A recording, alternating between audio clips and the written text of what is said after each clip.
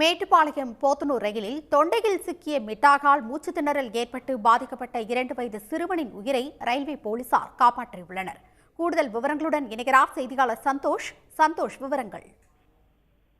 அதாவது கோவை மேட்டுப்பாளையத்திலிருந்து போத்தனூர் வரை இயக்கப்பட்டு வரும் விரைவு ரயிலானது இன்று மதியம் வழக்கம் போல் போத்தனூரை நோக்கி வந்தது. அப்போது அந்த ரயிலில் பயணம் செய்த தேவ ஆதிரன் என்ற 2 வயது சிறுவன் தனது தாயுடன் வந்திருக்கிறார்.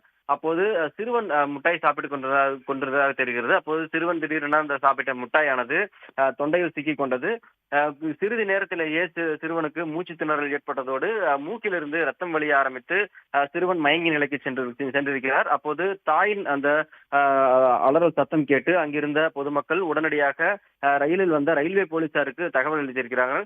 அப்போது வந்த ரயில்வே போலீசார் உடனடியாக துரிதமாக செயல்பட்டு சிறுவனின் தொண்டையில் இருந்த அந்த முட்டையை நீக்கியிருக்கிறார்கள்.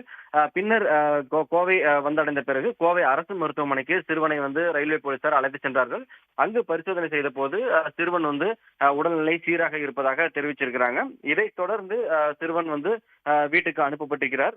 அதாவது துரிதமாக செயல்பட்டு ரயில்வே போலீசார் சிறுவனின் உயிரை காப்பாற்றியிருக்கிறார். இதற்கு சக பயணிகள் நன்றி தெரிவிச்சிருக்கிறார்கள், பாராட்டியிருக்கிறார்கள். உடனுக்குடன் செய்திகளை தெரிந்து கொள்ள சன் நியூஸ் பெல் ஐகானை கிளிக் பண்ணுங்க.